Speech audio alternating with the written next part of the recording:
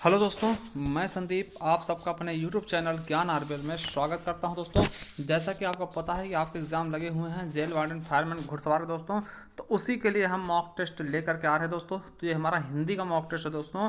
ठीक है, देखिए हम रेगुलर मॉक टेस्ट लेकर के आ रहे हैं आपके लिए, और प्रैक्टिस सेट नंबर कौन सा है? ये 18वां है, ये हिंदी का दोस्तों। देखिए, अगर आपने इसके पहले के प्रैक्टिस सेट नहीं देखे दोस्तों, तो आप हमारे प्ले लिस्ट पर जाएंगे, वहाँ पर आपको मिल जाएगा jail warden fireman practice set के नाम से। वहाँ पर जाकर के आप पूरे प्रैक्टिस सेट देख सकते हैं, जिससे क्या होगा कि आपका जल्दी से रिवीजन हो जाएगा। इसके अलावा दोस्तों हमने करंट अफेयर की क्लासेस चलाई हैं, यूपी स्पेशल क्लासेस चलाई, जो कि आपको देखना बहुत ज़्यादा अनिवार्य है अगर आप कुछ अच्छा करना चाहते हैं दोस्तों। तो चलिए शुरू करते हैं दोस्तों आज का ये मॉक टेस्ट। देखिए, हिंदी का क्वेश्चन होंगे कितने? 37 क्वेश्चन होंगे, 114 से लेकर 150 तक जाएंगे दोस्तों। ठीक है, तो देखिए इसमें कहा गया किस वाक्य में सार्वनामिक विशेषण है? किस वाक्य में सार्वनामिक विशेषण है दोस्तों? ठीक है, तो ये बताना है इसमें सर्वनामिक विशेषण कौन सा है। देखिए, विशेषण कितने प्रकार के होते हैं दोस्तों? 4 प्रकार के। कौन सा? गुणवाचक, परिमाणवाचक, संख्यावाचक और सार्वनामिक दोस्तों। देखिए, जो सर्वनाम से बन के होते हैं वही सार्वनामिक विशेषण होते हैं। देखिए, रैली में लाखों लोग पहुंचे, रैली में लाखों लोग पहुंचे दोस्तों, इसमें कौन सा विशेषण है? देखिए, संख्यावाचक है। थोड़ा दूध लाया हूं, तो देखिए दूध, थोड़ा दूध लाया, दूध की विशेषता का थोड़ा, ये कौन सा है? परिमाणवाचक। परिमाणवाचक में भी अनिश्चित परिमाणवाचक दोस्तों। किताब के थोड़े पन्ने बाकी हैं दोस्तों, इसमें भी क्या है दोस्तों? परिमाणवाचक दोस्तों। ठीक है, देखिए थोड़े मतलब क्या, अब इसमें आप गिन नहीं सकते हैं। ठीक दोस्तों, देखिए थोड़े पन्ने, तो यहाँ पर क्या होगा? यहाँ पे है संख्यावाचक। देखिए अनिश्चित संख्यावाचक है वो दोस्तों। ठीक है, अब देखिए बात करते हैं, वह खंभा गिर जाएगा। देखिए खंभे की विशेषता क्या है कि वह, और वह क्या है दोस्तों? सर्वनाम है। विशेषता बतला रहा है, वो क्या है? सर्वनाम है, इसीलिए यही क्या हो जाएगा हमारा? सार्वनामिक विशेषण। तो हमारा बिल्कुल सही ऑप्शन हो जाएगा डी नंबर दोस्तों। चलिए अगला क्वेश्चन है, सामने जो बड़ा सा महल दिखाई दे रहा है वो मेरा है, इसमें कौन सा सर्वनाम है? सामने जो बड़ा सा महल दिखाई दे रहा है वो मेरा है दोस्तों। वो क्या है? मेरा है। इसमें कौन सा सर्वनाम है दोस्तों? ये आपको बताना है। तो इसमें कौन सा है? वो निश्चितता की बात कर रहा है, जो दिख रहा है वो मेरा है, मतलब क्या? निश्चित है दोस्तों, निश्चयवाचक सर्वनाम हो जाएगा। ठीक, सर्वनाम के 6 भेद होते हैं दोस्तों। कौन कौन सा? पुरुषवाचक, निश्चयवाचक, अनिश्चयवाचक और निजवाचक, प्रश्नवाचक और संबंधवाचक। 2 और बढ़ा लेंगे, प्रश्नवाचक और संबंधवाचक। क्यों हम बता रहे हैं? क्योंकि यहाँ से पूछे भी जाते हैं कि कितने प्रकार के सर्वनाम होते हैं। ठीक, चलिए अगला क्वेश्चन आपके लिए दोस्तों। अगला क्वेश्चन है, निम्न किस क्रमांक में अघोष व्यंजन है दोस्तों? अघोष कौन कौन से होते हैं ये आपको बताना है कि कौन से क्या है अघोष। तो आपको पता होगा दोस्तों अघोष और सघोष के बारे में। देखिए 2 वर्ड होते हैं दोस्तों, अघोष होता है, सघोष होता है। तो इसमें बताना है अघोष कौन सा होगा। देखिए बिल्कुल बढ़िया क्वेश्चन है दोस्तों, इस प्रकार के क्वेश्चन आपके एग्जाम में देखने को मिलते भी हैं दोस्तों। तो कौन सा हो जाएगा? हमारे सा ये क्या होता है दोस्तों? अघोष होते हैं। ठीक है, तो ये याद रखेंगे, ये क्या होंगे? हमारे अघोष हो जाएंगे। ठीक है, अघोष। चलिए अब देखिए एक चीज और की क्वेश्चन पूछेगा, सा साहा, ये क्या है दोस्तों? सा सा शाह, तो ये संयुक्त व्यंजन होते हैं। क्या होते हैं दोस्तों? संयुक्त व्यंजन होते हैं। ठीक, और यारा लावा, ये आरा ला और वा कर लेने के साथ में क्या होते हैं? अंतस्थ व्यंजन दोस्तों। ठीक, चलिए अगला है, किस क्रम में पश्च स्वर है दोस्तों? किस क्रम में पश्च स्वर है दोस्तों? ठीक है, पश्च स्वर किसमें है ये आपको बताना है। किसमें है? बड़ी ई, ठीक दोस्तों, बड़ी ई, या फिर ऊ, या फिर ए, या फिर ए, या फिर ऊ दोस्तों। तो इसमें किसमें आपका पश्च स्वर है, इसके बारे में बताना। पश्च स्वर क्या होता है दोस्तों? आपको बता दें कि जीभ के प्रयोग के आधार पर हम स्वरों को 3 भागों में बांटते हैं। अग्र स्वर जो अगले हिस्से से बोले जाएंगे जीभ के, मध्य स्वर जो मध्य वाले हिस्से से बोले जाएंगे, और पश्च स्वर जो होते हैं पिछले वाले हिस्से से बोले जाते हैं दोस्तों। तो इसमें कौन सा हमारा हो जाएगा पश्च स्वर दोस्तों? बिल्कुल सही ऑप्शन का हो जाएगा 117 का हमारा बी नंबर दोस्तों। ठीक, 117 का बी नंबर बिल्कुल सही होगा, यही क्या है? हमारा पश्च स्वर है दोस्तों। चलिए अगला क्वेश्चन है, दिए गए 4 विकल्पों में प्रति का बहुवचन का होगा दोस्तों। Very very important question, UPSI का क्वेश्चन है कि प्रति का, देखिए प्रति का होता है, आप कभी फोटो कॉपी करवाने गए कि कहीं एक प्रति कर दो, इसकी प्रतियां निकाल दो। ठीक, प्रति का क्या हो जाएगा?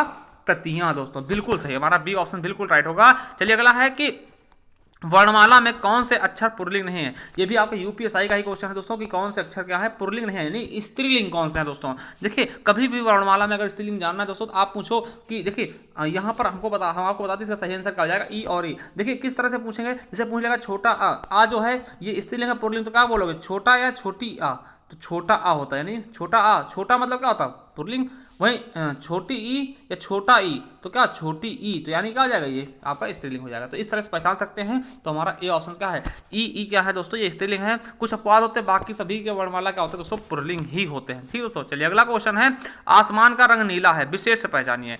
विशेष से क्या होगा, आसमान का रंग नीला है दोस्तों, इसमें विशेष क्या होगा, ये भी आपको यूपीएसआई का ही पूछा गया क्वेश्चन है दोस्तों, बिल्कुल अच्छा क्वेश्चन है। तो विशेष इसमें क्या होगा, आपको पता क्या है, आसमान ही क्या है, विशेष है। आसमान की विशेषता क्या है कि नीला, ठीक, तो ये चीज आपको पता होना चाहिए। तो यहां पर आसमान ही क्या है, ये आपका विशेष है दोस्तों। चलिए अगला क्वेश्चन है कि राम अयोध्या के राजा थे में कौन सा चिन्ह प्रयुक्त है दोस्तों, तो कौन सा चिन्ह प्रयुक्त हुआ है दोस्तों, इसके बारे में बताना है कि राम अयोध्या के राजा थे दोस्तों। तो कौन सा दोस्तों चिन्ह प्रयोग हुआ है, प्रयुक्त तो है दोस्तों, ठीक। तो इसमें देखिए यहाँ पर थे के बाद एक ऐसा होना चाहिए था दोस्तों, ठीक है। तो ये कौन सा हो जाता है, पूर्ण विराम दोस्तों, क्योंकि ये क्या आता है कि सभी जो पूरा वाक्य होता है उसको उसकी समाप्ति पे ये लगाया जाता। तो वैसे हालांकि इसमें लगा नहीं है दोस्तों, इसमें कौन सा प्रयुक्त होना चाहिए था दोस्तों, तो यहाँ पर पूर्ण विराम होना चाहिए था। अगर बात करते देखिए आपको, अगर इसकी बात करते हैं ये कौन सा चिन्ह है, तो दोस्तों इसको क्या बोलते हैं, उद्धरण, ठीक है, क्या बोलते हैं, उद्धरण दोस्तों। देखिए अल्प विराम का होता है ऐसे लगता है, एक लगता है।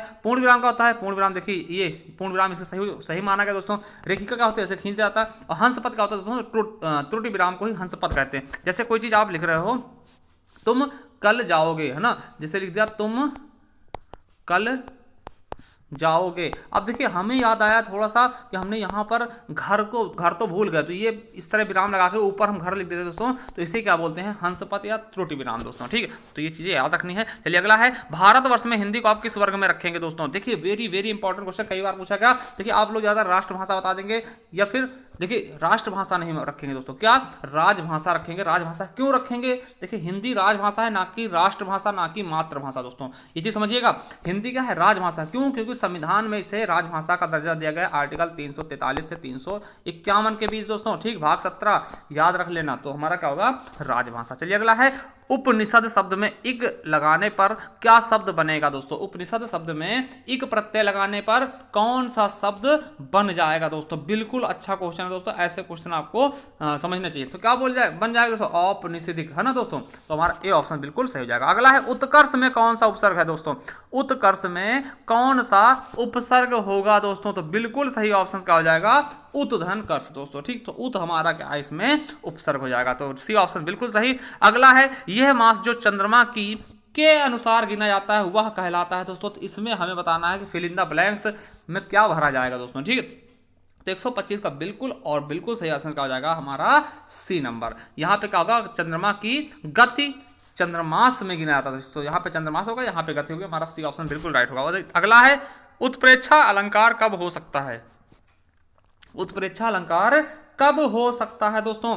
आपको पता है उत्प्रेक्षा में होता क्या है, पहली चीज तो जनु जानो मन मानो, है ना, ऐसे सेंटेंस आते हैं हम तुरंत पहचान जाते हैं कि उत्प्रेक्षा अलंकार ही होगा दोस्तों, ठीक। अब देखिए यहाँ पे क्या होती है, संभावना व्यक्ति का आती, कल्पना की जाती दोस्तों। तो कहीं है देखिए कल्पना कर दी जाती, वहीं का होता है उत्प्रेक्षा अलंकार। तो उपमेय में उपमान की कल्पना हो, बिल्कुल सही, हमारा ए ऑप्शन सी सही हो जाएगा। अगला है, क्रोध किस रस का स्थायी भाव है, तो दोस्तों आपको पता होगा रौद्र रस का होता है क्रोध। विभत्स किसका होता है दोस्तों, विभत्स रस किसका होता है, जुगुप्सा का, ठीक है, जुगुप्सा विभत्स ना। भयानक का भय, वीर का उत्साह। तो ये सब चीज रखेंगे तो इसका सही ऑप्शन क्या हो जाएगा, हमारा सी नंबर। अगला है, चारों चरणों में समान मात्राएं वाले छंद क्या कहते हैं दोस्तों, जिसमें चारों चरण में समान मात्रा है दोस्तों, उसको हम क्या बोलते हैं, सममात्रिक छंद। क्या बोलते हैं, सममात्रिक छंद दोस्तों। तो एक बिल्कुल सही होगा। अब देखिए जैसे इसके अंतर्गत क्या आता है दोस्तों, चौपाई। जैसे चौपाई में क्या होता है, चारों चरणों में क्या होती है, 16 मात्राएं ही होती हैं, मतलब सभी बराबर, ठीक दोस्तों।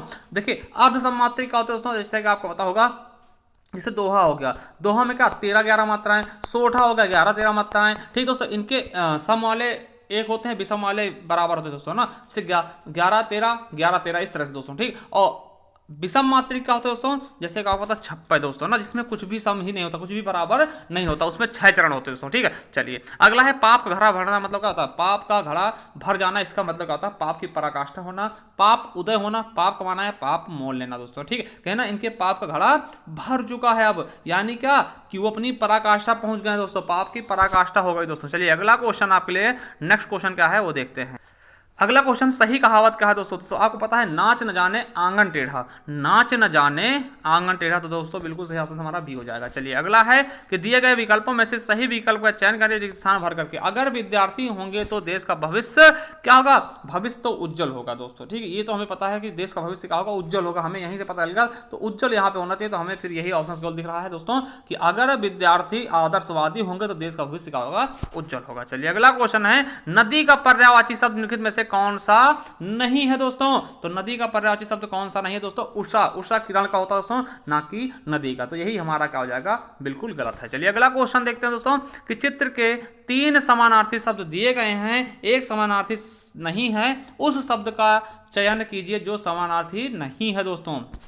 विलक्षण, रहस्यमय, भिन्न और अनूठा दोस्तों। तो इसका सही ऑप्शन क्या हो जाएगा हमारा, रहस्यमय क्या होता है दोस्तों, एक पेचीदा होता है दोस्तों, ठीक है। विलक्षण और प्रतिभावान ये सब अलग होते हैं दोस्तों, विलक्षण, भिन्न और है ना अनूठा ये अलग होंगे दोस्तों। तो यही क्या होगा, सबसे अलग क्या हो जाएगा, रहस्यमय क्या है, ये अलग चीज है। ये तीनों क्या है, एक समानार्थी शब्द हैं, मगर रहस्यमय क्या है, अलग है दोस्तों। चलिए अगला है दिए गए विकल्पों में से अनुकूल शब्द का विरुद्धार्थी क्या होगा। अनुकूल क्या होता है, प्रतिकूल। अनुकूल मतलब आपके अनुसार है ना, मतलब कि उसके समझ उसके बराबरी है ना दोस्तों, जो आपके अनुरूप हो दोस्तों, ठीक है। और प्रतिकूल का होता है कि उसके विपरीत। चलिए तो हमारा क्या हो जाएगा, ए नंबर बिल्कुल सही। गौरव का तत्सम क्या होता है, गौरव का तत्सम क्या होगा दोस्तों, चलिए इसका बताइएगा।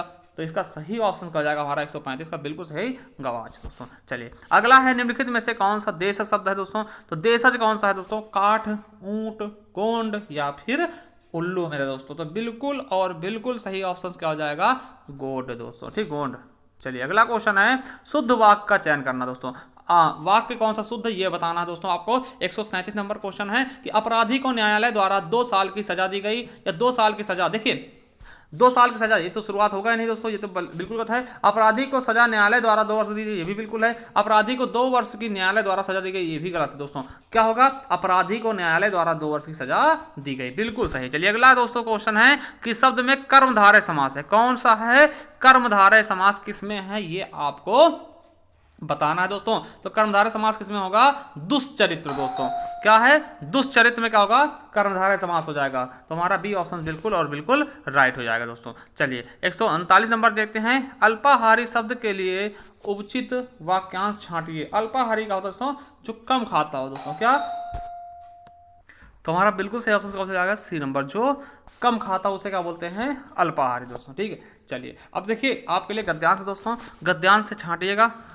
इसको पहले सही क्रम से लगाना है कि ये, इसको आपको क्या करना है, एक सही क्रम से लगाना कि एक सही से सेंटेंस बन जाए दोस्तों। 140 नंबर क्या है, ठीक है। इसको आपको एक क्रम से लगा देना है कि एक अच्छे से एक सेंटेंस सही सेंटेंस बन जाए दोस्तों, ठीक है। तो इसका सही ऑप्शन क्या होगा हमें बताना है दोस्तों, ठीक है। तो चलिए देखते हैं इसका, देखिए ये आपका है, इसके ऑप्शन देख लेते हैं। तो इसका सही ऑप्शन कौन सा हो जाएगा, तो इसका बिल्कुल सही ऑप्शन हो जाएगा 140 का हमारा, देखिए बी नंबर बिल्कुल सही होगा, रा या लावा।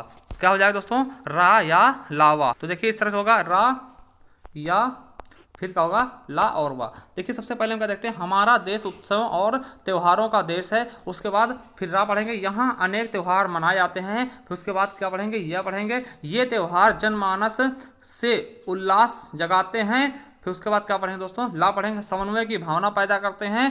वाह फिर पढ़ेंगे, लोगों के में देशभक्ति और गौरव का भाव भरते हैं। इन त्योहारों पर सब मिलकर खुशियां मनाते हैं। तो बिल्कुल सही है दोस्तों हमारा बी नंबर। चलिए अगला क्वेश्चन देखते हैं। नेक्स्ट क्वेश्चन क्या कह रहा है हमारा, फिर से देखिए इसको फिर से भरना है दोस्तों, इसको सही क्रम से लगाना कि एक सेंटेंस अच्छे से बन जाए, ठीक है। तो इसका हमारा 141 का बिल्कुल सही ऑप्शन कौन सा हो जाएगा दोस्तों, ए नंबर बिल्कुल सही होगा। कौन सा हो जाएगा, ए नंबर दोस्तों। चलिए देखते हैं, देखिए हमारा ये हमारा दुर्भाग्य है कि, इसके बाद क्या होगा कि भारतवर्ष में स्वराज्य होने के बावजूद, फिर यह पढ़ेंगे, यहाँ की प्रधान भाषा संस्कृति तथा उसकी विशाल एवं, और फिर रा पढ़ेंगे, अनुपम साहित्य संपदा के प्रति अतीव उपेक्षा भाव फैलाया जा रहा है दोस्तों। तो बिल्कुल सही ऑप्शन हो जाएगा हमारा ए नंबर। चलिए अगला क्वेश्चन देखते हैं। फिर देखिए ये गद्यांश आ गया आपका, इसको गद्यांश को आपको पढ़ना है दोस्तों अच्छे से। फिर इसके क्या करना है, आंसर देना। क्या करना है इसके, फिर आंसर देना। देखिए पांडव गुरु द्रोणाचार्य से सीखते थे, क्या सीखते थे दोस्तों, अस्त्र शस्त्र चलाना, तैरना, संगीत, या फिर नाट्य दोस्तों। तो क्या सीखते थे आपको पता होगा, इसका आंसर छांटने से ऐसे बिना छांटे दे सकते दोस्तों, क्या अस्त्र शस्त्र चलाना सीखते थे दोस्तों। अगला है, गुरुजी ने अपने शिष्यों की चिड़िया की पर बाण मारने को कहा, किस पे दोस्तों? तो आपको पता होगा, आपने कहानी सुनी होगी, किस पे? आंख पर दोस्तों, किस पे? आंख पर। चलिए अगला क्वेश्चन है कि बाण चलाने में का निशाना ठीक लगा, किसका निशाना ठीक लगा था दोस्तों बाण चलाने में? भीम का, नकुल का, सहदेव का या फिर अर्जुन का दोस्तों। तो किसका? अर्जुन का दोस्तों। आपने कहानी सुनी हुई होगी, अर्जुन का क्या था निशाना, एकदम सटीक लगता है। अगला है, पांडव के पुत्र थे दोस्तों, पांडव के पुत्र थे द्रोण, भीम, पांडु या फिर अर्जुन दोस्तों। तो बिल्कुल सही ऑप्शन का हो जाएगा हमारा 45 का, क्या हो जाएगा हमारा 145 का बिल्कुल सही ऑप्शन का हो जाएगा, पांडव के पुत्र थे दोस्तों। पांडव किसके पुत्र थे? तो पांडु के थे दोस्तों, किसके? पांडु। चलिए इसका हम आंसर आपको दिखा देते हैं किस प्रकार से आप तो देखिए दोस्तों, यहाँ पर लिखा हुआ है कि हमारे देश के एक राजा थे, उनका नाम पांडु था, पांडु के 5 पुत्र थे। तो किसके? पांडु के पुत्र कौन कौन से थे दोस्तों? युधिष्ठिर, भीम, अर्जुन, नकुल और सहदेव। तो इसका सही आंसर क्या हो जाएगा हमारा? पांडु। चलिए अगला क्वेश्चन देखते हैं। अगला क्वेश्चन, निम्नलिखित में से कौन सी मैथिली शरण गुप्त जी की मौलिक रचना है दोस्तों? तो मैथिली शरण गुप्त जी की मौलिक रचना कौन सी है, इसके बारे में हमें बताना है। तो कौन सी हो जाएगी? कुणाल गीत दोस्तों। चलिए अगला क्वेश्चन देख देते हैं। नेक्स्ट क्वेश्चन क्या कह रहा है हमारा, कुरुक्षेत्र के रचनाकार कौन से? बहुत ही ज्यादा इंपॉर्टेंट क्वेश्चन है दोस्तों कि कुरुक्षेत्र के रचनाकार कौन है दोस्तों। तो आपको पता होगा कौन है? रामधारी सिंह दिनकर जी दोस्तों। कौन है? रामधारी सिंह दिनकर। अगला है, सबसे पहले आत्मकथा हिंदी में किसने लिखी दोस्तों? तो किसने लिखी दोस्तों? श्याम सुंदर दास, महावीर प्रसाद द्विवेदी, राधा कृष्णन या फिर जवाहरलाल नेहरू दोस्तों। तो 149 का हमारा बिल्कुल सही ऑप्शन का हो जाएगा ए नंबर। किसने? श्याम सुंदर दास जी ने दोस्तों। किसने लिखी? श्याम सुंदर दास जी ने। चलिए अगला क्वेश्चन है, हिंदी गद्य का सर्वप्रथम युग किसे माना जाता है दोस्तों? तो किसे माना था हिंदी गद्य का सर्वप्रथम युग कौन सा है दोस्तों? तो आपको पता होगा भारतेंदु युग दोस्तों। कौन सा? भारतेंदु युग। और भारतेंदु हरिश्चंद्र को ही दोस्तों क्या मांगते हैं? आधुनिक हिंदी साहित्य का जनक भी बोलते हैं दोस्तों। चलिए अब देखिए, हमने करंट अफेयर की क्लासें चला रखी दोस्तों, 3 क्लासें हो गई हैं। अगर आपने नहीं देखा, यूपी की उत्तर प्रदेश करंट अफेयर दोस्तों बहुत ही इंपॉर्टेंट आपकी परीक्षा की दृष्टि से, आई जाइए हमारे प्लेलिस्ट पे, यहाँ मिल जाएंगे। इसके अलावा हमने हिंदी के टॉपिक वाइज जो है दोस्तों मॉक टेस्ट कराया, इसे यहाँ पर जाकर देख सकते हैं आप। और जेल वार्डन की भी हमने प्रैक्टिस सेट करवाया है, यहाँ पर जाकर देखेंगे दोस्तों। और हिंदी की मैराथन क्लासेस चला रखी दोस्तों, आप जाइए प्लेलिस्ट पे, बहुत सारी चीजें आपको मिल जाएंगी जो कि परीक्षा से जुड़ी होंगी। देखिए अगर आप हमारे चैनल पर नए हैं, चैनल सब्सक्राइब के लिए बेल आइकन जरूर प्रेस करें, जिससे आने वाली वीडियो नोटिफिकेशन आप आसानी से पहुंच सके। थैंक यू, धन्यवाद।